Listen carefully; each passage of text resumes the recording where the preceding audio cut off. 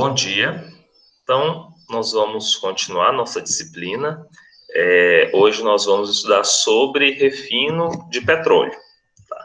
Eu vou projetar aqui a tela do meu computador para vocês visualizarem. Qualquer dúvida, só entrar em contato pelo chat.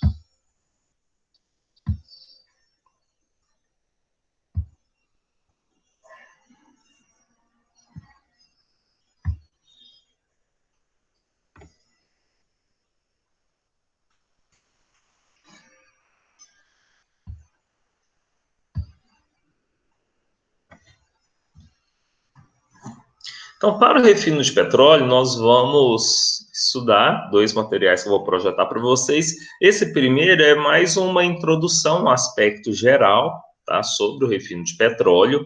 E o próximo material, nós vamos aprofundar mais nos equipamentos e nos conceitos sobre refino de petróleo. Então, aqui é uma visão geral, e hoje mesmo nós já vamos começar o outro material, que iremos aprofundar no estudo sobre o refino de petróleo. O refino de petróleo ele faz parte da ementa de vocês, e é interessante que vocês conheçam, porque é uma boa possibilidade de emprego também. Embora nós estamos num contexto hoje com poucos concursos, a Petrobras ela vem aí com uma sequência de situações meio complicadas, de má gerência e tudo mais. Contudo, com o desenvolvimento aí, passando por essa crise, né, existe uma possibilidade da Petrobras voltar a crescer, e isso significa concursos. Então, de todos os concursos que tem para químicos, com certeza a Petrobras é o que apresenta o maior número de vagas, maior frequência, e por isso que é importante estudar um pouquinho sobre refino de petróleo. E até mesmo que na nossa região aqui mais central do país não tenha refinarias de petróleo, mas quando nós partimos aí para as regiões litorâneas, existe bastante refino de petróleo, tá? Então, tanto no litoral sudeste, no litoral nordestino, tem bastante refinarias, que é uma oportunidade de trabalho para nós químicos. Então, o refino de petróleo, para começar o seu estudo, vamos só discutir um pouquinho sobre alguns aspectos introdutórios, como a formação do petróleo. Existem várias teorias sobre a sua formação, mas, em geral, se diz que ele foi formado há milhões de anos atrás, né? Ele é composto de matéria orgânica que vem de organismos marinhos ou terrestres que foram depositados, né, sedimentados no ambiente, e com a ação do calor e da pressão, esse material se decompôs, formando aí o petróleo.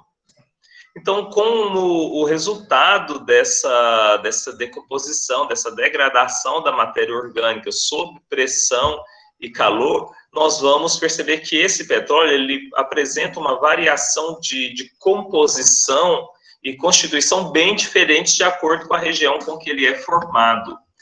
Então, esse petróleo, eu vou trazer uma estimativa de composição, mas a composição dele vai variar de acordo com o local, de acordo com os organismos que foram sedimentados. Então, nós podemos ter uma estimativa da sua composição. Mas podemos dizer que ele é composto de três materiais específicos, três componentes específicos. O primeiro deles são compostos saturados, onde apresentam apenas carbono e hidrogênio, com ligações simples, sem duplas ligações, então por isso são saturados, e esses alcanos com cadeia normal, por isso a gente chama de N-alcanos, apresentam aí de 5 até 44 carbonos na sua cadeia. E ele apresenta também alguns alcanos, né, de cadeias ramificadas, que apresentam ligações simples, e, além disso, também os cicloalcanos, que são os naftenos. Então, o primeiro composto são aqueles compostos que são saturados, apenas ligações simples. Um outro grupo de componentes de petróleo são compostos aromáticos, onde apresentam tanto anéis simples como anéis condensados. Anéis simples, quando apresenta apenas um anel aromático, como o benzeno, como o tolueno, além de outros anéis condensados, como o nafteno, por exemplo. E outro componente, né, que também é bem importante e relevante presente nos compostos do petróleo, são os compostos asfálticos, que são destinados para a pavimentação.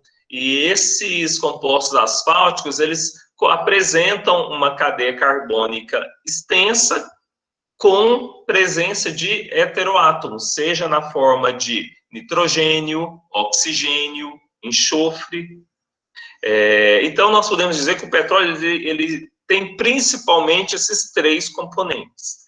E nós vamos, no processo de refino, separar esses componentes. Então, o refino é uma transformação física, onde nós vamos proceder a uma destilação e separando esses componentes. Mas isso não significa que na refinaria de petróleo existem apenas transformações físicas. Com certeza, a maior parte dos equipamentos envolve transformação física, que são principalmente a destilação atmosférica e destilação a vácuo, que são os dois primeiros equipamentos, e essas frações que são separadas por destilação fracionada, né, por isso que separa-se frações, elas podem ser submetidas a algumas reações, e também nós vamos ver alguns equipamentos, como equipamentos de craqueamento. Então, o cracking, que vem do inglês, que significa quebra, então nós vamos proceder a algumas reações químicas também. Contudo, a maior parte dos equipamentos que nós vamos estudar na refinaria faz parte apenas de transformações físicas. Então, o que é o petróleo? O petróleo, ele é considerado uma fonte de energia não renovável, no sentido que precisa-se de milhares de anos para serem produzidos. Então, por isso que existem reservas, e à medida que essas reservas vão sendo utilizadas, nós não temos outras que vão se formando de uma forma concomitante, diferente, por exemplo, do biodiesel, né, que é produzido a partir de oleaginosas, que à medida que a gente vai consumindo o biodiesel produzido, nós temos outras plantações de soja, e essas plantações de soja pode proceder ao processo de extração do óleo de soja e posterior reação de transesterificação formando o biodiesel. Então, por isso que o biodiesel é renovável e, no caso, o petróleo não. E, contudo, é muito comum, né, a gente pegar aí nos noticiários, antigamente falava que o petróleo, a estimativa dele era para 2040, depois aumentou para 2070, e essas estimativas com relação ao petróleo estão baseadas nas reservas conhecidas. Então, nós temos algumas reservas conhecidas hoje, mas a partir do momento que nós vamos inovando a nossa tecnologia, nós vamos descobrindo outras reservas, ou conseguindo extrair de outras reservas. Por exemplo, a extração de óleo em águas profundas, do petróleo em águas profundas, é um desafio hoje. Então, por exemplo, nós temos fala-se, né, que tem bastante petróleo no pré-sal, mas o desafio é extrair esse óleo em águas profundas. Há alguns anos atrás, nós tivemos um problema aí por algumas refinarias nos Estados Unidos, né, onde teve um vazamento muito grande em águas profundas. Então, existem reservas, e essas reservas se encontram tanto, por exemplo, aqui no Brasil, no interior do Brasil, a grande dificuldade é que é necessário fazer uma perfuração muito profunda para conseguir extrair. Então, esse é o desafio. Então, se nós pegarmos no globo terrestre, existe a possibilidade de ter petróleo em grande parte das regiões, porque como ele é proveniente de decomposição de matéria orgânica, de seres vivos, né, seja plantas, seja animais, seja marinhos, a única questão é qual a tecnologia que nós temos hoje para conseguir extrair esse petróleo. Então, realmente, a tendência hoje é extrair das regiões litorâneas, porque estão mais próximas do nível do mar, e assim você precisa de perfurar menos para extrair esse petróleo. Por exemplo, nos Estados Unidos, é muito comum de falar lá da região do Texas e tantas outras regiões que se extrai muito petróleo, porque os Estados Unidos, ele é um país que apresenta uma altitude muito baixa. Então, ele é muito plano e muito próximo do nível do mar. Por isso que há, por exemplo, as regiões litorâneas dos Estados Unidos, né, eles morrem de medo aí de uma elevação do nível da água do mar, porque eles apresentam uma altitude extremamente baixa, muito próximo do nível do mar. Por um lado, né, mesmo o interior dos Estados Unidos, que apresenta essa altitude baixa, facilita na extração do petróleo em regiões mais internas do país. Já que no Brasil, não, nós apresentamos uma altitude maior em algumas regiões, tá? O que acaba dificultando. Então, quando a gente fala de estimativas para o petróleo, está muito mais em função das reservas conhecidas. Lembrando que, com o avanço da tecnologia, nós vamos descobrindo e desenvolvendo tecnologia para extrair em outras regiões que antes não eram identificadas. Tá? Outra reflexão importante também, quando a gente fala de petróleo, é que a nossa dependência do petróleo não é só uma dependência energética enquanto combustível. A nossa dependência do petróleo é uma dependência totalmente tecnológica. Então, o problema é muito maior do que se imagina. Hoje, se nós não conseguíssemos extrair mais petróleo, se o petróleo acabasse, nós quase que voltaríamos aí para as cavernas, no sentido que o computador, as televisões, os satélites, o carro, tudo é produzido a partir do petróleo. Então, a nossa dependência do petróleo é muito maior do que nós imaginamos. E não é só tecnologicamente, enquanto aparatos, né, tecnológicos. Mas, por exemplo, quando nós pegamos a maior parte dos medicamentos que nós temos hoje, também são medicamentos sintéticos. O percentual de medicamentos que são fitoterápicos, que são extratos de plantas, é mínimo. Praticamente todo medicamento hoje vem de reações orgânicas e as matérias-primas para essas reações, para a produção desses medicamentos, também vêm de produtos do petróleo. Então, a nossa dependência é muito maior do que nós imaginamos do petróleo. Quando a gente fala de produção de petróleo, não é só combustível. Aí nós falamos, mas tem o biodiesel, tem o etanol, então se acabar o petróleo não tem problema. Tem problema sim, porque a nossa dependência é muito maior do que nós imaginamos. Tá?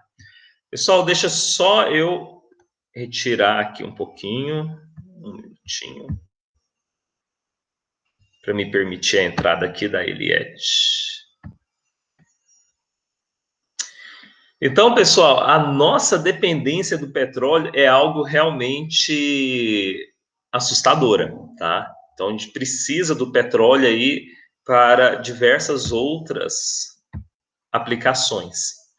Aí se fala, mas polímeros, né, para produzir carro, para produzir os artefatos em geral, a gente já está produzindo outros materiais. Hoje a gente já tem polímeros aí, por exemplo, da glicerina, que vem do biodiesel. Nós temos polímeros aí de bactérias que decompõem e geram outros monômeros para a produção de polímeros. Tudo bem, a gente tem aí vários outros polímeros sendo desenvolvidos, mas esses polímeros ainda têm muitas restrições, a aplicação é muito restrita, não tem uma flexibilidade como os componentes do petróleo.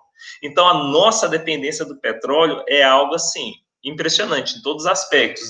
E por isso que se fala muito sobre essa questão do petróleo, né? E o petróleo, ele tem um papel no nosso mundo extremamente importante e relevante. Tá? Então, essa que é a reflexão que eu gostaria de trazer para vocês nesse sentido. Ok? Pessoal, vocês estão vendo aí? Tá tudo ok?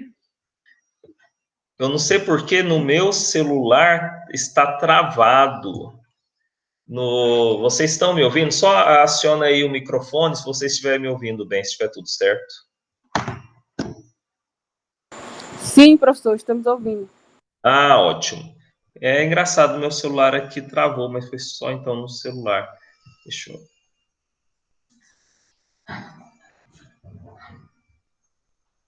Eu vou mudar aqui a internet no celular, colocar a internet aqui meus dados móveis. Ah, entendi, porque ele deu problema aqui na conexão. Eu vou só arrumar aqui, pessoal, um momento, porque senão a gente não... Eu não consigo acompanhar e às vezes para de dar algum problema na internet e fico falando sozinho, né? Deixa eu só concluir aqui.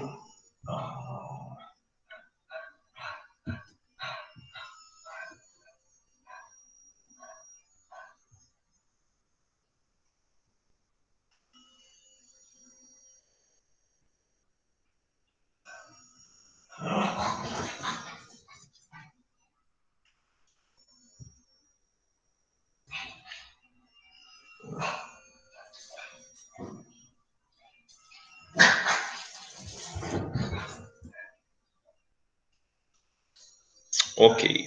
Agora eu entrei novamente, voltou. Deixa eu...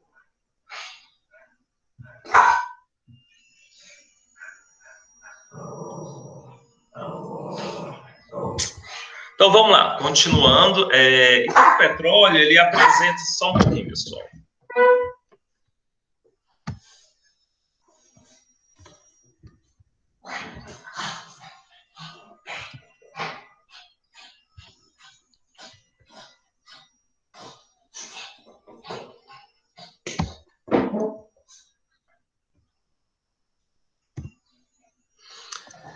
Certo, então, continuando a nossa aula. Então, só esse aspecto que é muito importante, né, do petróleo. Então, o petróleo bruto, ele é composto de hidrocarbonetos, tá? Onde esses hidrocarbonetos, cujas frações leves, elas são empregadas, por exemplo, o gás GLP, o gás natural. Essa fração mais leve também geram compostos como a gasolina, entre outros produtos que nós vamos estudar hoje, um pouquinho mais a fundo. E existem outras frações que são frações mais pesadas, né? Onde nós temos o gasóleo, os compostos asfálticos. Então, o objetivo no refino do petróleo é separar essas frações e cada uma delas tem uma utilidade específica. A distribuição desses percentuais de hidrocarbonetos é que define os diversos tipos de petróleo existentes no mundo. Então, existe uma variação nessa composição, e, além disso, também a variação está também em um dos componentes mais complicados em termos de impureza presente no petróleo, que é o enxofre. Também quando nós falamos de diferença de petróleos nas diversas regiões do mundo. Mas isso eu vou deixar falar para um próximo material.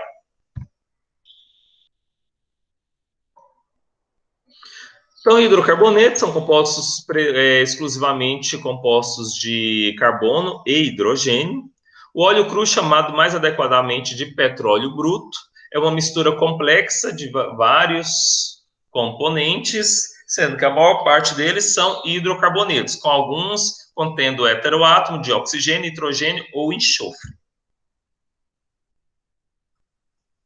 Então, aqui é um esquema abaixo, só para a gente ter uma ideia de como que é a composição de um petróleo. Então, como eu falei, o petróleo ele vai variar de acordo com a sua origem, de acordo com a sua região, de acordo com a pressão, a temperatura, de acordo com se é uma origem marinha ou terrestre, tá? Então, só para a gente ter uma ideia geral, por exemplo, um óleo cru ele pode ser composto aí de hidrocarbonetos, sendo que esses hidrocarbonetos, nós temos aí os alifáticos, né? Os de cadeia aberta, por exemplo, aí mais ou menos 25%, sendo que tem carbono compostos com 1 a 60 carbonos. Nós temos os compostos aromáticos, que podem ter anéis simples ou anéis conjugados. Então, por exemplo, aí mais ou menos 17% do petróleo. Os naftenos, que são cicloalcanos presentes no petróleo. Esses naftenos que, quando a gente estuda os materiais, eles chamam de nafta. A nafta é uma fração desses hidrocarbonetos que são destinados para a indústria petroquímica, para produzir, por exemplo, o etileno, propileno, estireno, que são produtos para a produção de polímeros em geral. Existem outros compostos, né, que não são hidrocarbonetos, porque apresentam outros componentes, como os compostos sulfurados, que é um dos grandes problemas no refino e nas etapas de reação, né? Por exemplo, no caso de craqueamento do petróleo, são os compostos com enxofre, porque o enxofre ele inativa esses sítios catalíticos. Em geral, ele é menos que 8%, e aí é que vem aquela denominação. Não sei se vocês já ouviram falar de petróleo doce e petróleo azedo.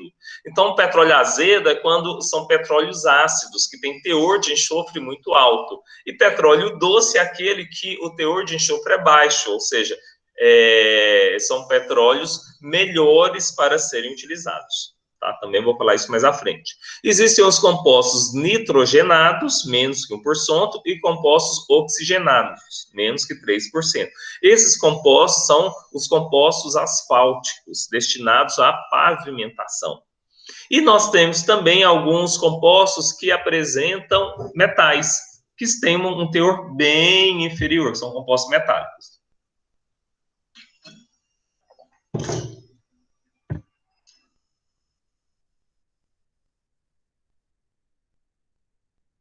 Então, dentre os produtos que podem ser obtidos a partir de um óleo cru, do óleo bruto, a gente pode ter essa estimativa aí, sendo que, olha aí, de todos eles, o que tem maior proporção é a gasolina. Então, de todos os produtos obtidos na refinaria de petróleo, existe uma tendência a produzir a maior quantidade possível de petróleo, tá? Ele é o produto mais importante, mais relevante na indústria. Nós vamos ver que as etapas de craqueamento, elas se baseiam principalmente na obtenção desse produto, ok? E além disso, nós temos diversos outros que nós vamos discutir mais à frente, como querosene de aviação, gases liquefeitos da refinaria, o coque, tem a matéria-prima petroquímica também, que é para a produção de polímeros, que eu vou comentar com vocês mais à frente, querosene, óleo combustível destilado, óleo combustível residual, tá? Também isso a gente vai discutir mais à frente, gases de refinaria, asfalto, piche, que é para pavimentação, óleos lubrificantes, entre outros componentes. Então, são esses os componentes que nós vamos obter na refinação do petróleo. Como que faz para encontrar esse petróleo? Como se acha petróleo? Tem um filme chamado de Sangue Negro. Ele conta muito a história desses primeiros produtores de petróleo lá nos Estados Unidos. Então, é um filme bem interessante, traz esse aspecto histórico. Aliás, eu não lembro se é Ouro Negro ou Sangue Negro. É Ouro Negro ou Sangue Negro, tá? Depois vocês procuram, tem um filme que é bem interessante que fala sobre isso. Mas, em geral, nos primeiros momentos, né, quando foi se obter o petróleo, eles faziam a perfuração de 900 poços para cada um deles ter petróleo, gente. Agora você imagina. Então, ele saía perfurando de uma forma aleatória e verificando se tinha ou não petróleo. E então era um tiro no escuro, né? Hoje já se desenvolveu várias outras técnicas para se identificar se tem ou não petróleo na região. E essas técnicas se baseiam tanto em sondas, tá? Que através de aviões verificam se existe ou não petróleo, tem os satélites. E essas sondas, esses satélites, eles verificam se tem a presença de petróleo através de uma análise chamada de análise geossísmica. Tá? Geossísmica porque ela avalia tanto o relevo, o tipo de solo, a composição do solo, o tipo de plantas que estão presentes, mas também eles perfuram poços e colocam explosivos nesses poços e acionam pequenas explosões e avaliam que a propagação sísmica dessa explosão. E a partir da propagação sísmica, eles conseguem verificar, opa, ele está saindo de uma região que é sólida para líquida, então vai ter o quê? Petróleo. Então eles conseguem fazer essas avaliações. Então hoje já fala-se que, se eu não me engano, a estimativa é para cada 5, 6 poços perfurados, um já tem petróleo, e antigamente eram 900 poços perfurados, um tem petróleo. Então, veja, foi baseado em vários estudos para você chegar nessa situação hoje. Então, o petróleo ele é encontrado na natureza como uma espécie de rio subterrâneo ou uma camada líquida entre as rochas. Ele ocorre sempre impregnado com rochas sedimentares, como os arenitos. Como essas rochas são permeáveis, o óleo migra através dela pelo interior da crosta terrestre. Se for detido por rochas impermeáveis, então ele vai migrando, né? Como o petróleo é fruto da decomposição, com pressão e calor, ele vai migrando por essas rochas que são permeáveis até encontrar uma camada de rocha que é impermeável e lá vai formar o bolsão. E aí, a partir daí, essas jazidas é que são extraídas. Ele se acumula em determinadas regiões. Tá? E nós vamos ter aí a perfuração, sendo que nessa perfuração nós conseguimos extrair esse petróleo. Eu vou falar mais no próximo material com mais detalhes sobre esse processo de obtenção do petróleo. Tá? Então, o refino do petróleo, ele se baseia com a sua principal operação unitária, que é uma destilação fracionada. Ou seja, nós vamos aquecer esse material, separar ele por diferença de pontos de ebulição e assim fazendo com que você consiga separar uma fração da outra. E nessas frações nós obtemos os componentes aí específicos para cada aplicação. Então, por isso que quando eu falo gasolina, é uma fração retirada dessa destilação. Quando eu falo querosene, é uma fração. Então, querosene, diesel, a gasolina, não é um composto químico, mas uma fração que tem propriedades parecidas. E assim elas são separadas. Então, aqui uma foto da refinaria Isaac Saba. Aliás, Isaac Sabah. Geralmente, muitas delas são, essas refinarias estão na região litorânea.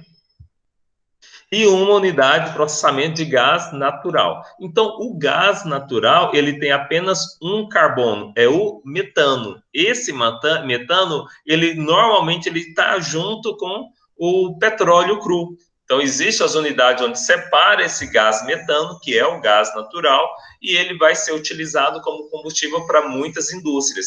E tanto é que ele é canalizado através de gasodutos, tá? Então, na refinaria, pode-se sair o gasoduto e o oleoduto. O gasoduto é o gás natural, que vão para as indústrias. O oleoduto é o óleo bruto que vai ser destinado para a refinaria para fazer a separação. Então, aqui é só uma fotinha resumida para a gente ter uma ideia de como funciona essa refinação do petróleo. Então, nós temos aqui o queimador, sendo que o óleo bruto, o petróleo bruto ou petróleo cru, ele vai passar aqui primeiro por essa seção onde se aquece ele a menos de 400 graus, porque se você aquecer mais que 400 graus, você vai carbonizar esses compostos orgânicos. Então, a temperatura é sempre inferior a 400 graus Celsius. E como os seus componentes aqui, eles estão líquidos. Quando você aquece, a tendência é o quê? Aumentar a pressão, porque esses compostos líquidos vão começar a se transformar em gases. E aqui ó, nós temos uma câmara de expansão. Nessa câmara de expansão, esses componentes eles vão ser volatilizados e eles vão subindo aqui na minha coluna de fracionamento. Eles sobem aqui na forma de gás. E à medida que a temperatura vai reduzindo, eles voltam a se liquefazer. Então, vai liquefazer aqui como óleo combustível, depois se liquefaz aqui como óleo diesel, se liquefaz como querosene, e aqui lá na frente se liquefaz como gasolina. Como é uma destilação fracionada, você retira frações, e aqui em cima você retira o gás. tá? Tanto o gás, que nós vamos comentar mais à frente, que é o gás natural, como o gás liquefeito de petróleo, que é o gás GLP, tá? E aqui na base nós vamos tirar o alcatrão, que é o resíduo, que vai ser destinado para a produção de asfalto, né, para a pavimentação. Contudo, algumas unidades de refino de petróleo, além dessa destilação, que a gente chama de destilação atmosférica, tem uma outra destilação que a gente chama de destilação a vácuo, que eu vou mostrar para vocês mais à frente. Então, o processo começa pela dessalinização do petróleo, tá? Eu vou falar isso com mais detalhes. Depois ele passa por um pré-aquecimento, tá? A dessalinização, como o próprio nome diz, retirar os sais presentes. Depois um pré-aquecimento a uma temperatura menor que 400 graus Celsius. Depois ele passa pela etapa principal, que é uma coluna atmosférica, onde se faz a separação dos componentes, e aí vão surgir essas frações, e dessas frações, elas podem ser submetidas a outras etapas para retirar, por exemplo, óleos lubrificantes, vaselina, que vai se tornar parafina, e pode ser submetida a outras algumas reações químicas para essas frações com cadeias carbônicas grandes, você quebra a cadeia carbônica no meio, então o que era diesel se torna gasolina, para aumentar, maximizar a produção de gasolina, então vão ser várias etapas subsequentes.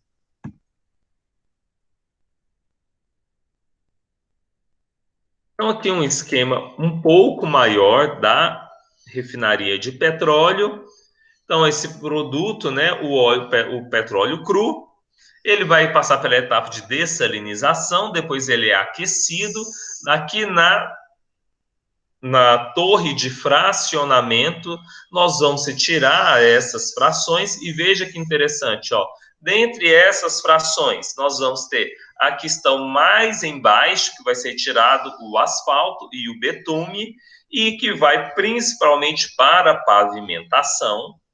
E nós temos uma outra fração que a gente chama de gasóleo. Esse gasóleo ele vai passar por várias transformações e vai se obter as graxas, utilizada aí nas indústrias, nas polias, em casa, nos motores. Então, eles são as graxas. Também se retira os óleos lubrificantes, que vão para os carros, vão para os motores. Também se retira a cera, a parafina, para a produção de velas. Também a vaselina para a produção de indústria farmacêutica. Também são retirados outros compostos intermediários, como a produção de combustíveis para as indústrias, tá? Como o óleo, os combustíveis como um combustível para caldeira, que é o gás GLP não, o óleo BPF, que é óleo baixo ponto de fulgor, também outros combustíveis como o querosene, o diesel, que vão para os carros, o querosene, que vão para casas, que vão para outras indústrias em geral, mas também essa fração ela pode passar por outras transformações, obtendo também gasolina, tá? Obtendo outros produtos para a indústria petroquímica, como as naftas, para a produção de polímeros, plásticos em geral. Também outros combustíveis, né, combustíveis para carros, como a gasolina, combustível para avião, como o querosene para avião. Então, nós vamos obter vários componentes aí da refinação de petróleo, sendo que nesse primeiro momento aqui, nós estamos falando apenas de transformações físicas, apenas separando os componentes por diferença de temperatura de ebulição.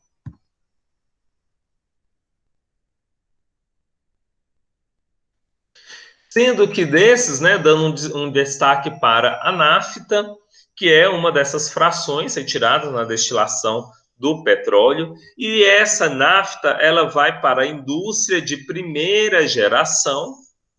Dessa primeira geração vai produzir o quê?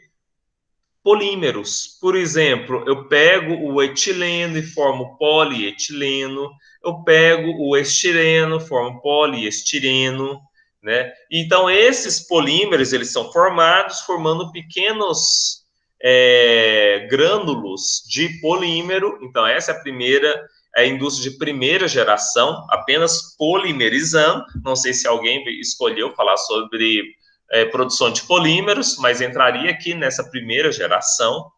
Dessas primeiras gerações, pode-se ir para a segunda geração, formando esses termoplásticos, tá?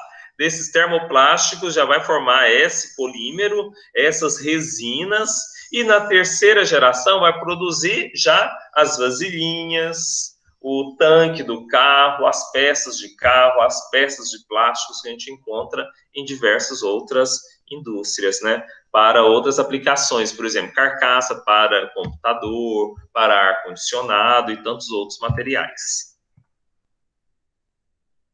Então, essa é a nafta, esse componente aí. Daqui que sai o etileno, propileno, esses componentes, conforme eu disse anteriormente, e em seguida vai produzir aí os diversos artefatos, né? A partir dessas resinas plásticas produzidas, que é uma dependência tecnológica muito grande que nós temos, voltando lá no início, quando eu tinha conversado isso com vocês. Então, nós podemos aí ver que essas frações separadas, nós podemos separar elas, distinguir elas, sendo que a gasolina, ela tem, são compostos carbônicos, são hidrocarbonetos, com cadeia ramificada e simples, com composição de 5 a 10 carbonos, tá? Mais ou menos, que corresponde a 27% do petróleo. O querosene já são hidrocarbonetos, que apresentam uma cadeia carbônica com 11 a 18 carbonos, mais ou menos. Por que é mais ou menos? Porque isso aqui é só uma estimativa. Tanto é que cada material você vai ter um valor diferente. Porque ele vai depender de como está a sua cadeia, por exemplo. Se a cadeia é ramificada, se a cadeia é simples. Porque nós vamos separar o quê? Grupos por temperatura de ebulição. Então, isso aqui é só uma estimativa, só para a gente ter uma ideia de tamanho da cadeia carbônica, tá?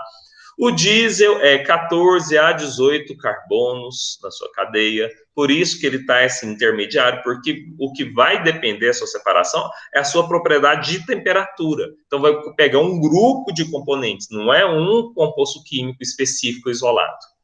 O gasóleo pesado, de 12 a 25, óleos lubrificantes, de 20 a 40, e o resíduo, que são hidrocarbonetos, que apresentam cadeia maior que 40 carbonos.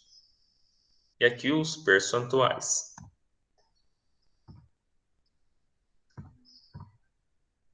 Então, aqui nós temos as frações, né? Então, na base, a gente retira o resíduo, que tem cadeias carbônicas grandes, né? Maiores.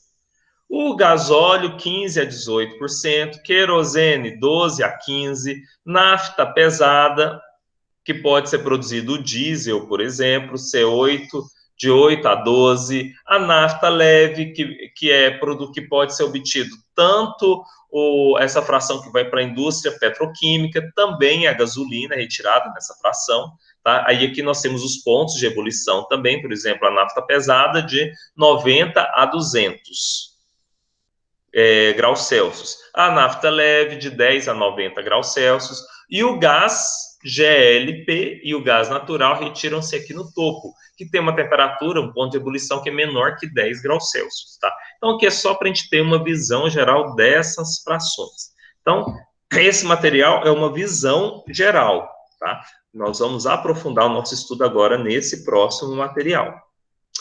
Tudo bem, gente? Alguma pergunta? Se tiver, coloque aí no chat. Deixa eu verificar aqui se tem alguma. Senão, nós vamos passar agora para o próximo.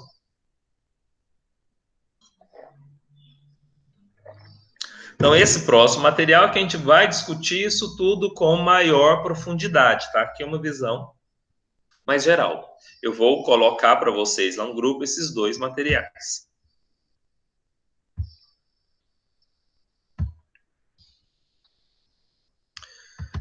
Então, aqui é a aula 2.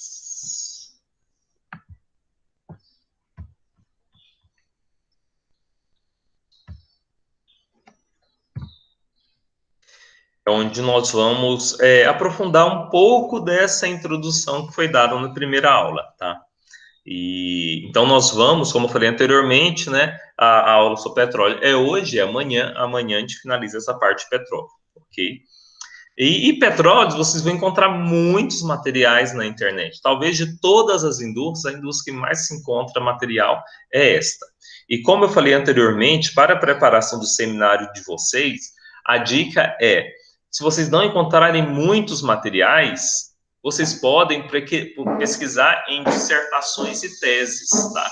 Existem muitas dissertações e teses de pessoas que estagiaram na indústria e que trazem com bastante detalhes os processos produtivos também. Então, é uma outra fonte de pesquisa, tá? Até mais atual. Então, fica aí para vocês, né, estarem pesquisando, encontrando e organizando aí o seminário de vocês. Então, passando agora para este outro material. Então, o petróleo, ele tem uma origem, a palavra petróleo tem uma origem latina, que vem petra, que significa pedra, e óleo, então, óleo de pedra. Uma definição genérica seria uma mistura líquida de compostos orgânicos e inorgânicos, em que predominam os hidrocarbonetos, desde os alcanos mais simples até os aromáticos mais complexos. A definição da ASTM, que é a Sociedade Americana de Materiais e Testes, e a gente vai ver esse ASTM em vários outros procedimentos, é parecido com a ABNT que nós temos aqui no Brasil. Tá? Ele traz uma definição para o petróleo, sendo que o petróleo é uma mistura de ocorrência natural, consistindo predominantemente de hidrocarbonetos e derivados orgânicos, sulfurados, nitrogenados ou oxigenados, a qual é ou pode ser removido da terra no estado líquido. Alguns aspectos históricos, né, também sobre o petróleo. Não se sabe quando a atenção do homem foi despertada, mas o fato é que o petróleo, assim como o asfalto e o betume, eram conhecidos desde os primórdios das civilizações. Então, ele traz aqui alguns aspectos, como o Nabucodonosor, por exemplo, usou betume como material de liga nas construções dos jardins suspensos da Babilônia. O betume também foi utilizado para impermeabilizar a Arca de Noé, segundo relatos, né? Se encontra. Os egípcios usaram também o petróleo, né? O betume, que é originado do petróleo, para embalsamar os mortos, né? Nas construções das pirâmides. Os gregos e romanos empregavam também o petróleo para fins bélicos. Então, existem muitos relatos aí na história da humanidade da utilização desse petróleo. A diferença é que esse petróleo que era utilizado eram reservas que emergiam do solo. Então, tinha regiões que o petróleo ele se acumulava tão próximo da crosta que ele emergia. E assim as pessoas coletavam petróleo na superfície da terra. Então, por isso que tinha esse acesso, e a partir daí começou-se a utilizar o petróleo. No século XVIII, porém, é que o petróleo começou a ser usado comercialmente na indústria farmacêutica e na iluminação. Até metade do século XIX não havia ainda a ideia usada para a época de perfuração de petróleo. O petróleo era todo superficial e ele era usado para iluminação principalmente. O que eles faziam? Eles pegavam o petróleo, faziam uma destilação bem simples, separavam uma parte ia para iluminação e o restante era para impermeabilizar materiais, barcos, tinha uma utilização bem restrita, ou seja, era betume e combustível para iluminação. Eram os dois únicos produtos utilizados do petróleo, tá? Então, só tinha essa separação desses dois componentes exclusivamente. Então, a utilização era muito restrita.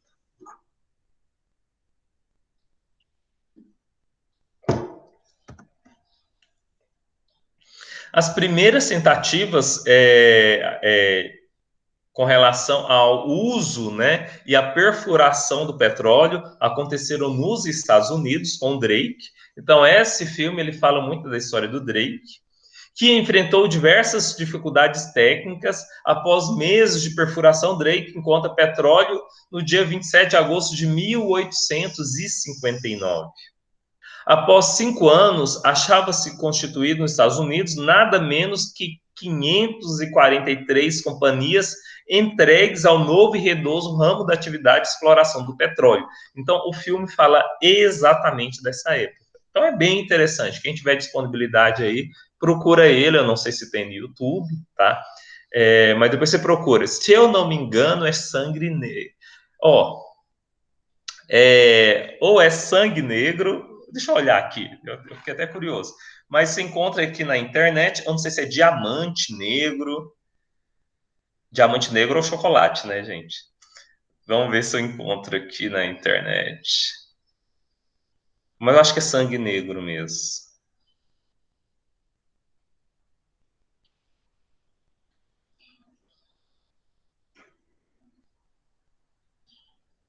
Isso, Sangue Negro, tá? Então é um filme bem extenso, ele é 2 horas e 40 minutos, mas é bem interessante, viu? A história dele, viu? Vale a pena vocês assistirem, que traz toda essa situação e dá para a gente entender bastante esse aspecto histórico da extração, da obtenção do petróleo. Deixa eu só voltar aqui para a câmera. Beleza.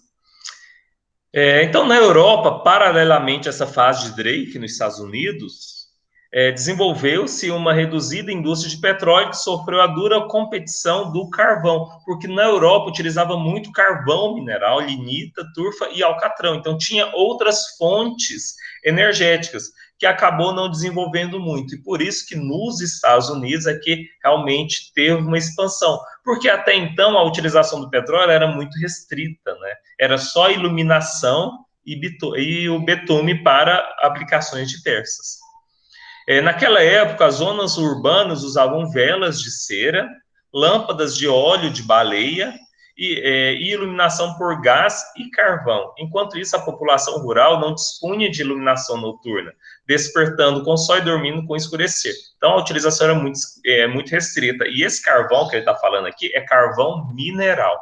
Tá? Então, a obtenção de luz era baseada principalmente por esses meios, através das velas de cera, óleo de baleia e iluminação por carvão.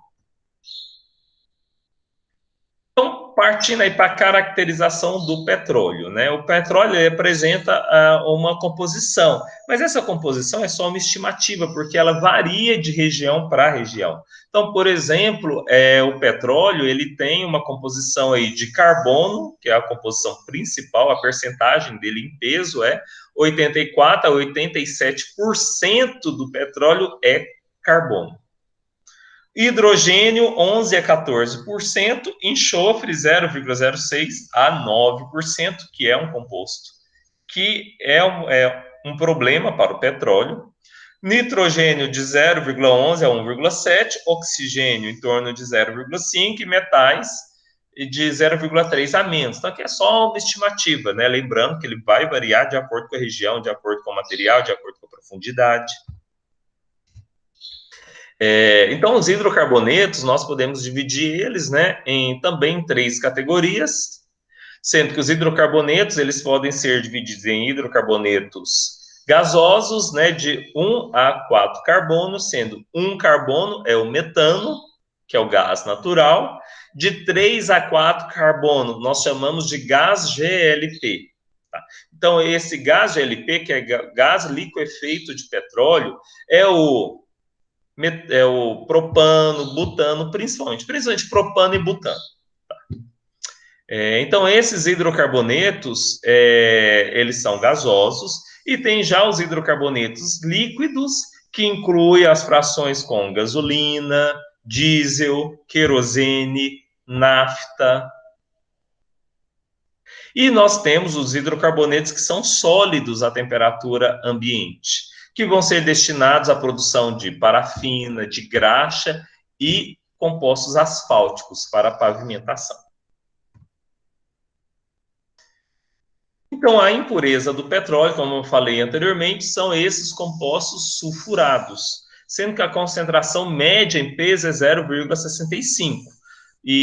Mas ele pode variar aí tanto de petróleos extremamente doces, né, com uma concentração baixa, a petróleos bem azedos, com composições altas. Desses compostos sulfurados, nós temos sulfetos, polissulfetos, benzotiofenos, ácido sulfídrico, disulfetos de carbono, sulfeto de carbonila, enxofre elementar e moléculas policíclicas contendo um heteroátomo como enxofre, nitrogênio e oxigênio. Esses compostos indesejáveis, eles aumentam a estabilidade do óleo na água, formando uma emulsão, o que é ruim, porque a gente quer separar ele. Eles provocam muita corrosão, esses compostos, tanto compostos oxigenados como compostos sulfurados, contaminam catalisadores. Então, se você usa um craqueamento catalítico, ele acaba com o seu catalisador. Você vai ter muita manutenção tanto por corrosão quanto inativação de catalisador, que são extremamente caros. Eles vão determinar também a cor e o cheiro dos produtos finais. Então, por isso que o petróleo é um produto, é um problema, e além disso, também ele gera um teor muito alto de enxofre, por isso que o diesel também tem vários teores de enxofre. Quando a gente fala do S alguma coisa do diesel, esse S é o enxofre, são compostos de enxofre que são presentes no diesel. Tá? Então, por isso que teores acima de 2,5% nós chamamos o petróleo de petróleo azedo. Enquanto que teores abaixo de 0,5% nós chamamos de petróleo doce. Faixas intermediárias, né, entre 0,5% e 2,5% nós chamamos de semidoce ou semiazedos.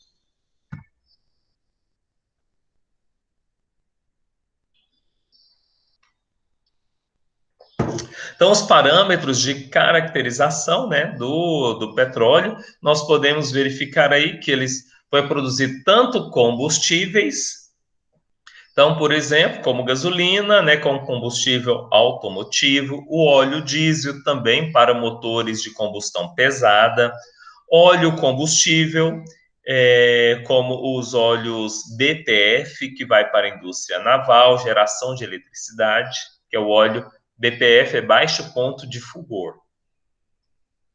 Gás liquefeito de petróleo, que é o GLP, vai para a cocção, ou seja, ele vai ser queimado, né, para diversas finalidades. É esse gás que a gente usa aqui na nossa cozinha para preparar alimentos. Tem o querosene de aviação, que é um combustível aeronáutico. Tem o querosene também de iluminação, muito utilizado antigamente nas fazendas, mas aí a gente ainda encontra ele, e hoje empregado mais como solvente do que para iluminação propriamente dita, embora possa ser também. Ele também é utilizado como insumos para a indústria petroquímica, sendo que um petroquímico, né, também muito comum, a indústria com utilização de parafina, seja para a produção de velas, como indústria alimentícia, por exemplo, que determina a qualidade do chocolate, é a parafina presente. Então, por exemplo, aqueles chocolates que resistem a temperaturas ambiente muito alta, né? Aquele que mesmo aquele calorão nosso, 40 graus, ele ainda está durinho porque tem muita parafina presente nele. E também outros setores da indústria alimentícia utilizam a parafina nos seus produtos. Tá? A nafta, que é a matéria-prima para a produção que vai para a indústria petroquímica, para a produção de polímeros, tá? Dentre eles, a gente tem aí o propeno, que é um dos mais importantes. Tá? Óleos lubrificantes para motores em geral e asfalto para pavimentação. Então, esses são os principais componentes obtidos aí da refinaria de petróleo, da refinação do petróleo. Então, os segmentos na refinação do petróleo são esses aqui. Contudo, vamos fazer uma pequena pausa aí de alguns de 5 minutinhos e nós retornamos, tá? Então, para a gente ir no banheiro, beber uma aguinha, tá? E até daqui um pouquinho, então.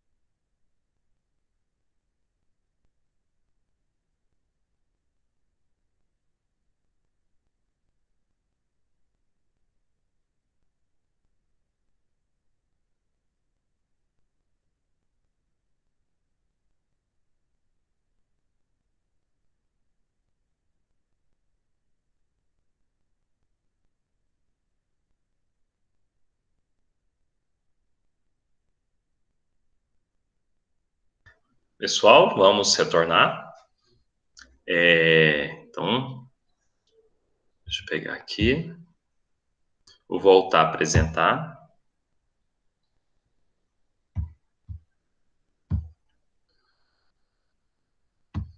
Até agora, alguma pergunta? Tudo tranquilo? Então, se tiverem perguntas, pessoal, pode fazer, viu?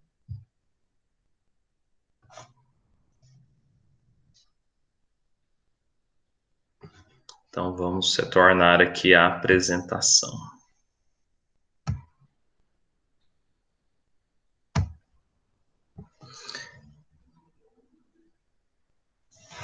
Na indústria petroquímica, então, nós podemos dividir alguns setores, que é exploração, transporte, refino, distribuição e exploração. Tá? Tudo isso vem da indústria de petróleo. Então, vamos ver cada uma delas. A exploração envolve a observação das rochas e a reconstrução geológica de uma área, que é o que a gente chama de análise geossísmica. Então, essa parte geológica dos tipos de solo que tem, da vegetação que tem, da composição dessas camadas, é um artifício, né, para a gente identificar nessa etapa de exploração, para saber onde tem petróleo. E os métodos mais empregados são o método sísmico, onde perfura-se, então tem aqui, ó, nessa primeira foto, perfura, coloca um explosivo que vai emitir ondas, e essas ondas são captadas mais à frente, e pode-se determinar se tem a possibilidade de petróleo ou não. Também a análise gravimétrica, onde perfura-se e verifica-se a composição desse solo. É um solo que de material permeável, impermeável. E também é feita uma análise chamada de aerofotométrica, onde vai ver o tipo de relevo, o tipo de vegetação que tem. Então, esse conjunto de dados que nos dá subsídio para saber se tem petróleo ou não. Mas como assim? Por que o tipo de relevo, o tipo de planta, isso tudo interfere? Eles fazem o quê? Uma análise estatística. Os locais que têm petróleo, qual o tipo de solo, qual o tipo de vegetação, qual o relevo, qual a sua característica. Aí monta um banco de dados. Então, aqueles que são similares têm maior probabilidade. Então, essas são as estratégias que são feitas, né? Para tentar identificar onde tem. Além disso, também é feito uma análise sísmica em mar, também, através de sondas. Então, são vários aparatos tecnológicos para saber, para aumentar, né, a chance de ter sucesso na perfuração de poços de petróleo. Então, o petróleo é encontrado em um nível com, geralmente, um excesso de gás natural, então existe um bolsão de gás natural, e água e outras impurezas, geralmente a água do mar. Então, a estratégia é, primeiro perfura, se tira o gás, à medida que você vai retirando o gás, você aumenta o nível do óleo, e uma estratégia que é feita é bombear a água do mar dentro desse bolsão de petróleo, porque quando você perfura, você retira o gás, aí vai chegar um momento que vai reduzindo. Então, qual que é a estratégia? Porque se você tira o gás e o líquido, a plataforma que está construída em cima, o que vai acontecer? Vai desabar. Porque se você tira o líquido, o gás que está lá embaixo dela e não coloca nada no lugar, ela vai desmoronar. Então, o que é feito? Ao invés de você colocar uma bomba para fazer a sucção do petróleo, que é um material extremamente viscoso, você coloca uma bomba do lado e vai adicionando água. A água vai forçar a saída do gás primeiro e depois a saída do petróleo. E esse bolsão aqui, ó, ele vai ficar cheio de água do mar quando finalizar a extração. Então, por isso que é utilizada essa estratégia, faz duas perfurações. Uma onde vai ser captado o gás, depois o petróleo, e a outra onde vai ser adicionado a água do mar para preencher esse espaço vazio. O transporte do petróleo cru, ele pode ser feito em embarcações, então vira e mexe, a gente encontra aí a gente ouve notícia aí de vazamentos de petróleo no mar, geralmente são esses navios que transportam esse óleo cru. Tá? Também pode ser transportado por tubulações, como a gente até tinha comentado anteriormente, que são oleodutos e gasodutos, até os terminais de refinaria, onde vai ser processado, tratado, purificado para suas específicas aplicações. Tá? Porque mesmo o gás natural que é retirado, ele precisa de passar por uma etapa, que eu vou falar mais à frente. O transporte marítimo, né, os navios tanque carregam cargas comumente classificadas como escuras, que é o óleo cru, combustível ou diesel, ou claras, já com os produtos já refinados, já saindo da refinaria, como a gasolina. Os oleodutos, então a gente tem a fotinha dele aqui do lado, né, que é o transporte terrestre, tanto desse gás como do óleo cru, que saem dos locais de extração que são direcionados para a refinaria. E nós chegamos na refinaria de petróleo, onde vai ser feito o refino. O que é o refino? Refino compreende uma série de operações físicas e químicas interligadas entre si que garantem o aproveitamento pleno do potencial energético através da geração de cortes ou produtos fracionados de compostos, de composição e propriedades físico-químicas determinadas. Então, cada fração tem propriedades similares, né?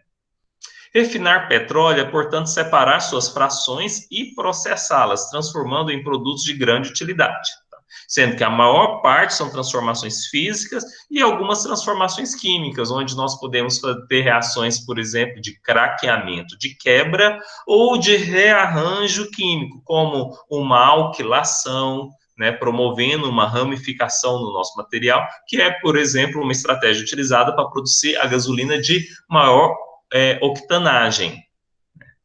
Quando a gente fala, a Petrobras fala, minha gasolina tem maior octanagem. O que seria essa octanagem? É o que a gente chama de isooctano. Então, o isooctano, que tem uma cadeia ramificada com 8 carbonos, ele tem uma combustão que gera uma potência que é otimizada. Então, tende-se a priorizar que a gasolina tenha maior teor desse octano. Da mesma forma, quando a gente estudou lá no biodiesel, né, quando eu falo maior número de decano para o biodiesel. Então, a gente tem relações similares, ok? Então, o segmento da indústria de petróleo, nós vamos ter esse quadro aqui geral, onde nós vamos observar aqui, ó. Inicialmente, né, na etapa de exploração, nós vamos obter o petróleo e o gás natural que vem lá do poço onde é extraído.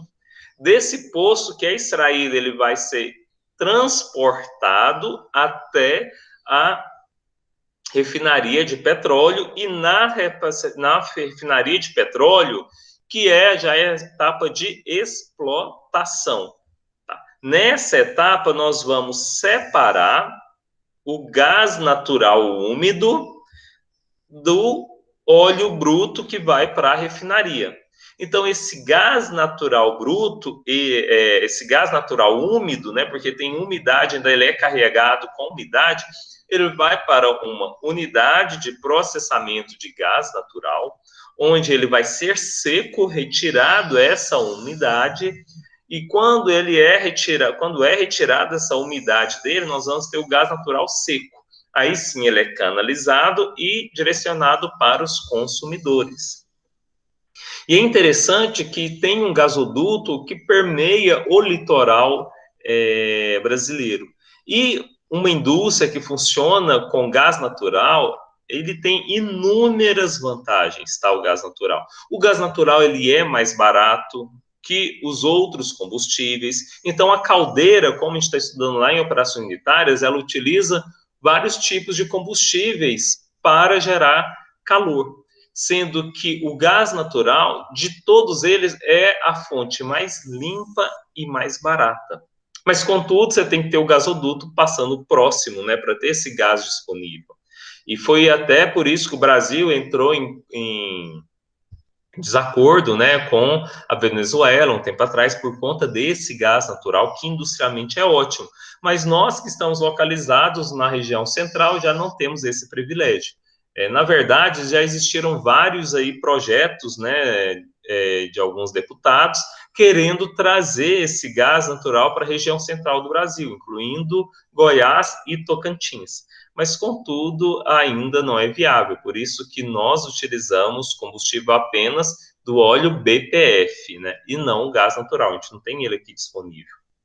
E esse gás natural pode ser utilizado tanto industrialmente quanto para carros. Então, nesse separador, separa o gás natural, que é o metano, dos outros componentes que vão para a refinaria. E na refinaria vai acontecer o refino, obtendo aí os seus derivados do petróleo, que vão para os centros de distribuição, chegando ao consumidor final. Então, refino do petróleo. A unidade de refino realiza alguns tipos de processamento sobre uma ou mais correntes de entrada, formando uma ou mais correntes de saída. Então, nós temos a corrente de entrada, que pode ser o petróleo, o gás natural, produtos intermediários, vai passar por um equipamento industrial que vai processar ele, seja um processamento físico ou químico, e nós vamos ter as saídas. Então, é igual se nós montássemos um fluxograma. Eu tenho o equipamento industrial, de um lado a entrada, do outro lado a saída. E é isso que eu vou mostrar para vocês nesses materiais. Eu vou mostrar vários fluxogramas com entradas e saídas. Dentre as saídas, nós vamos ter os produtos acabados, já prontos para serem comercializados, produtos intermediários, que vão ser direcionados para outras unidades para serem processadas, ou subprodutos, que nós chamamos de resíduos, que vão para descarte.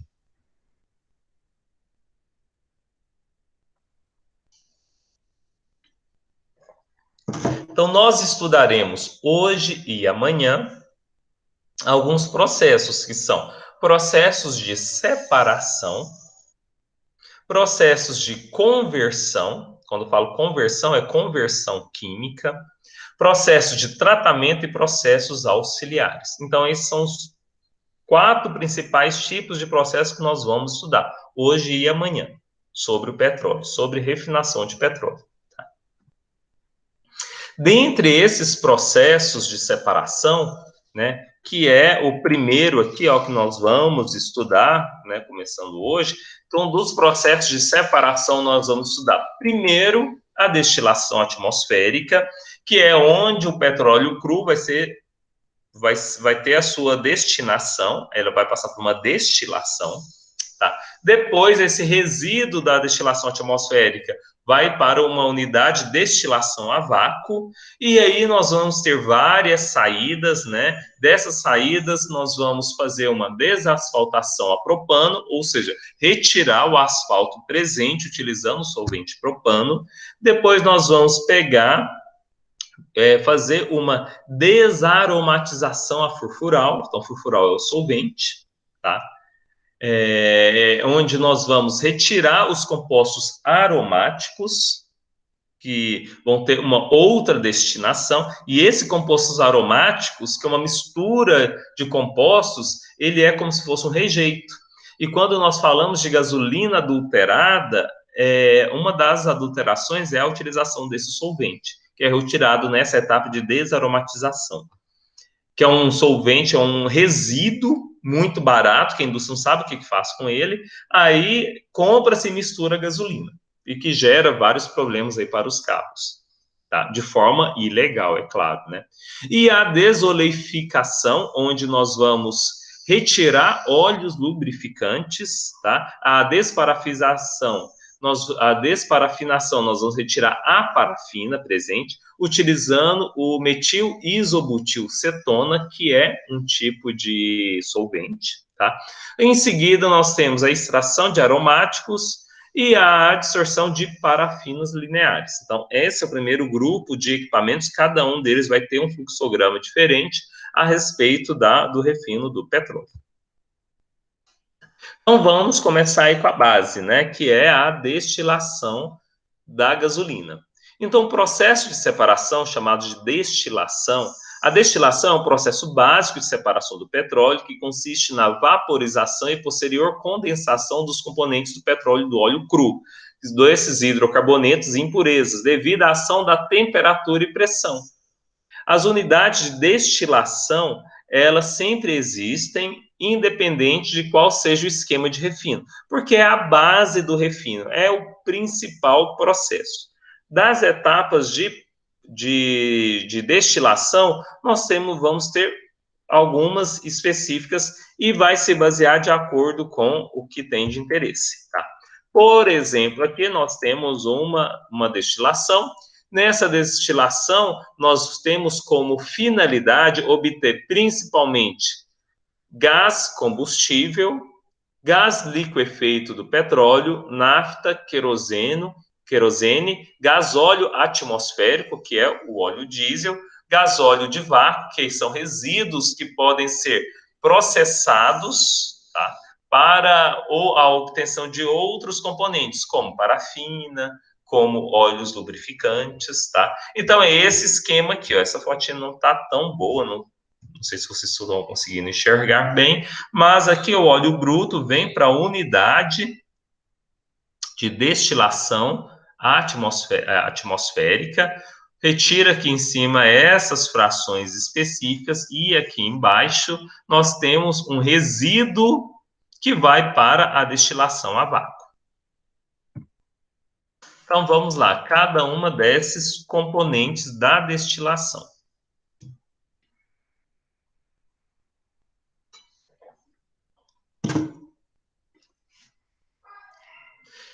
O gás natural combustível é normalmente um produto final, que é o gás metano, que pode ser queimado em fornos, caldeiras na própria indústria ou pode ser comercializado.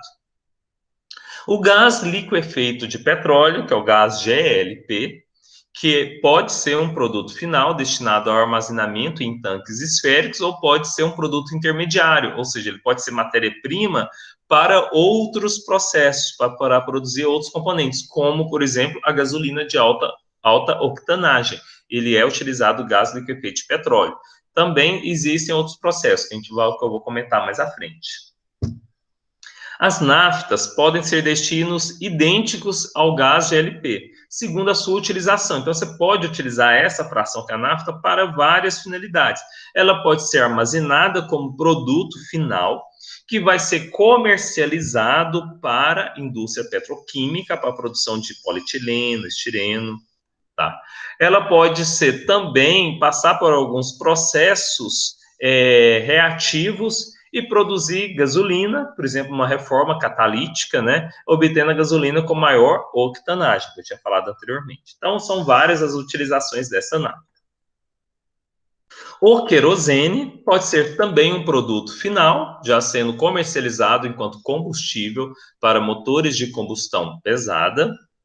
Tá? Ele pode ser também utilizado para aviação ou iluminação, ou um produto intermediário que vai sofrer um hidrotratamento, e nesse caso pode ser utilizado o óleo diesel como agente de correção de viscosidade lá nos óleos combustíveis, por exemplo, os óleos que nós utilizamos nas caldeiras, que é óleo de baixo ponto de fulgor. Então, ele pode ser utilizado com essa finalidade. Eu vou mostrar mais à frente para vocês.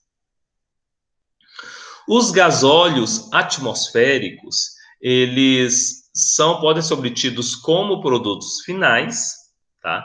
Mas eles também, enquanto diesel, né, pode ser comercializado na forma de diesel, ou eles podem ser submetidos a outros tratamentos, né, para obtenção de outros componentes também. Eles podem passar por reformas e esses gasóleos atmosféricos também podem ser destinados à produção de gasolina, para aumentar a fração de gasolina. O gasóleo de vácuo, ele já tem outros produtos também que são interessantes, eles podem passar por uma unidade de craqueamento catalítico e ser quebrado em unidades menores, produzindo gasolina, produzindo gás GLP, tá?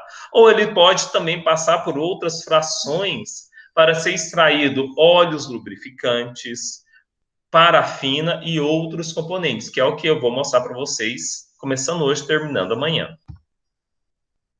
O resíduo de vácuo são utilizados como asfalto, né, enquanto produto final, ele pode ser utilizado para pavimentação, mas ele também pode passar aí também por um corretor de viscosidade e se tornar o combustível para a indústria, que é o que a gente chama de óleo de baixo ponto de fulgor, também falei anteriormente.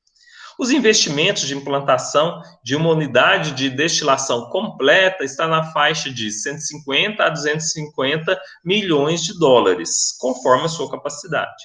A seção de uma unidade se baseia na pré-fracionamento, destilação atmosférica e destilação a vácuo. São essas três etapas principais, né? Então, pré-fracionamento, destilação atmosférica e destilação a vácuo. Perguntas, gente? Se tiver, pode fazer aí pelo chat, tá? Ou então vocês podem mandar para mim depois.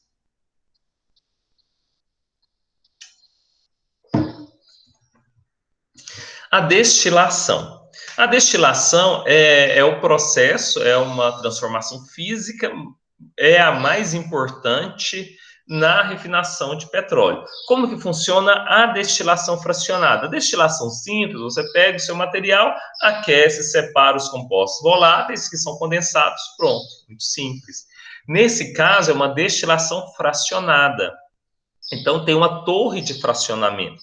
Nessa torre de fracionamento, naquela etapa inicial, o petróleo é aquecido, os compostos voláteis se expandem, aumenta a pressão, quando entra na torre atmosférica, automaticamente eles evaporam. No que eles evaporam, eles vão subindo.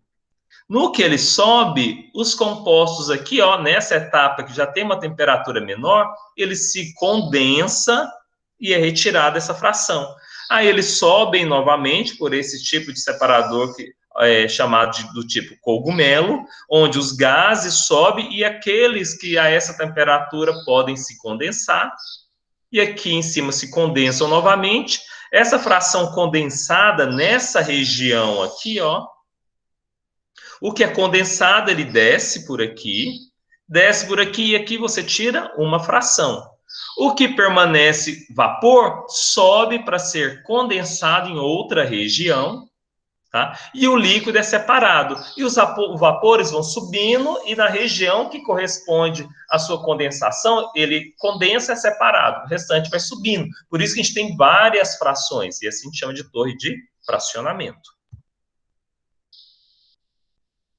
Então, uma unidade de destilação é formada por 3 seções principais. A primeira seção é pré-aquecimento e dessalinização, onde o objetivo é retirar os sais. Depois, uma etapa de destilação atmosférica, onde você faz a separação de alguns componentes, algumas frações. E a destilação a vácuo. A destilação a vácuo é para você aproveitar ao máximo os componentes. Ao invés de você pegar o resíduo da destilação atmosférica e já destinar para a pavimentação, não, você vai lá, destila de novo para tentar tirar o máximo possível. Assim você está o quê? Melhorando a eficiência e conseguindo obter produtos que são mais nobres que o produto destinado à pavimentação.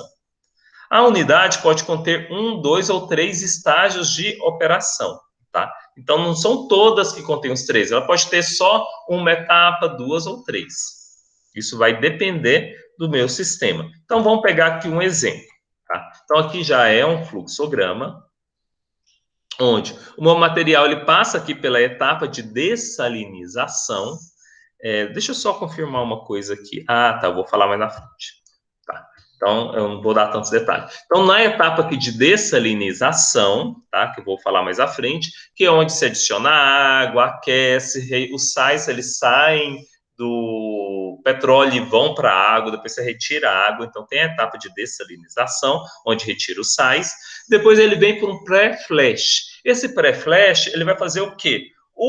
Quando você aquece ele, automaticamente os compostos que são gases a essa temperatura, eles vão volatilizar, então se aumenta a pressão.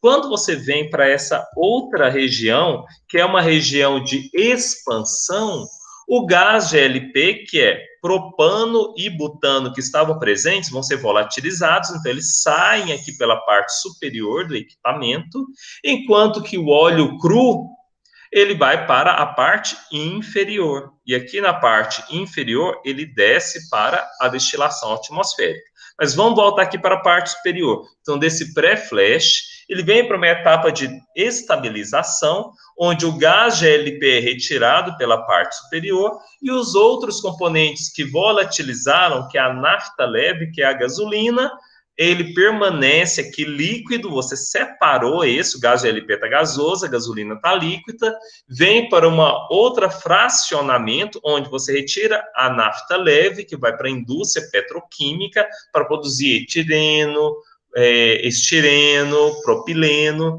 e aqui, ó, na base vai ser retirada a nafta média. Essa nafta média é a gasolina, que vai ser comercializado. Já aqui embaixo tem um forno. Nesse forno vai aquecer, no máximo estourando 400 graus Celsius, sempre tem que ser menor que 400 graus Celsius, vem para uma destilação atmosférica e vai separar as frações, que é a nafta pesada, querosene, diesel pesado. Aqui embaixo, ó, nós vamos ter um resíduo que vai para uma outra destilação, que é a destilação a vácuo, onde retira o gasóleo leve, gasóleo pesado e o resíduo de vácuo, que pode ser obtido tanto óleo combustível como asfalto para pavimentação. Mas eu vou falar de cada um deles aqui agora com mais detalhes. Vamos só fechar essa parte, tá? Aí a gente encerra a nossa aula. A gente continua amanhã. Mas vamos fechar essa parte aqui primeiro. Então, nessa primeira etapa, nós temos a seção de pré-aquecimento e dessalinização, onde o pré-aquecimento do petróleo consiste na passagem da matéria-prima, que é o óleo cru, que ele vem frio, passa por uma etapa de trocadores de calor, onde ele vai ser aquecido progressivamente, tá? E no que ele é aquecido, ele vai passar agora por uma outra etapa, que é a etapa de dessalinização. Sendo que, depois de pré-aquecido, ele vai ser agora retirado sais a partir da ação da água. Então, adiciona-se água, mistura nesse material, e essa água vai retirar sais. Dentre esses sais, nós temos aí, ó, compostos como derivados de cloro que podem ser produzidos. Esses compostos de cloro pode-se produzir ácido clorídrico, e esse ácido clorídrico promove corrosão nos equipamentos em geral, então por isso que é importante fazer essa dessalinização. Também esses sais presentes no petróleo, esses sais eles podem ser depositados nos trocadores de calor, nas tubulações, podem causar obstrução, reduz a eficiência das trocas térmicas, porque ele forma um incrustamento nesses equipamentos, tá? Que pode gerar superaquecimento e podendo danificar os seus equipamentos, então por isso que é fundamental. E a formação desse coque no interior dos tubos, pela presença desses sais. Então, por isso que a retirada dos sais são fundamentais. Então, principalmente o quê? Cloreto de magnésio. A dessalinização, ela consiste na extração dessas impurezas através da lavagem do material, tá? Então, é fundamental essa etapa do processo, tá?